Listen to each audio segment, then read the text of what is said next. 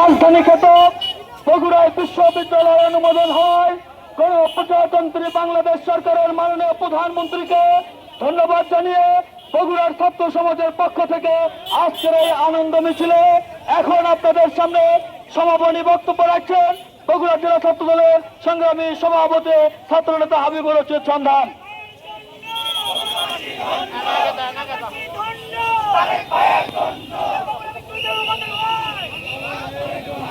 বিসমিল্লাহির রহমানির রহিম। আজকে বগুড়া জেলা ছাত্র দল কর্তৃক আয়োজিত আজকে বগুড়ায় একটি পূর্ণাঙ্গ বিশ্ববিদ্যালয় জনাব তারেক রহমান সংসদে অনুমোদন করেছে। সেই জন্য বগুড়ার ছাত্র সমাজের পক্ষ থেকে, বগুড়া জেলা ছাত্র দলের পক্ষ থেকে তাকে ধন্যবাদ এবং কৃতজ্ঞতা জ্ঞাপন করছি। বন্ধুরা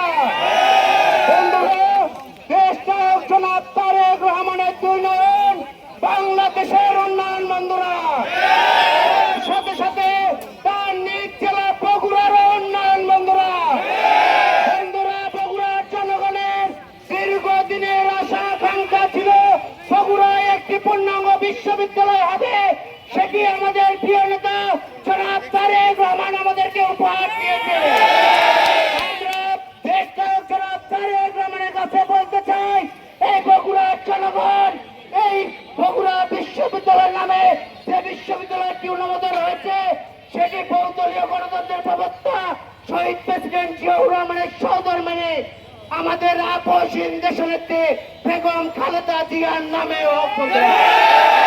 বন্ধুরা এই বৈষম্য বিরোধী আন্দোলন এবং 17 বছর আমাদের প্রিয় নেত্রী দেশনেত্রী বেগম খালেদা জিয়া রাজপথ থেকে আন্দোলন আস্তে আস্তে সংগঠিত করেছে।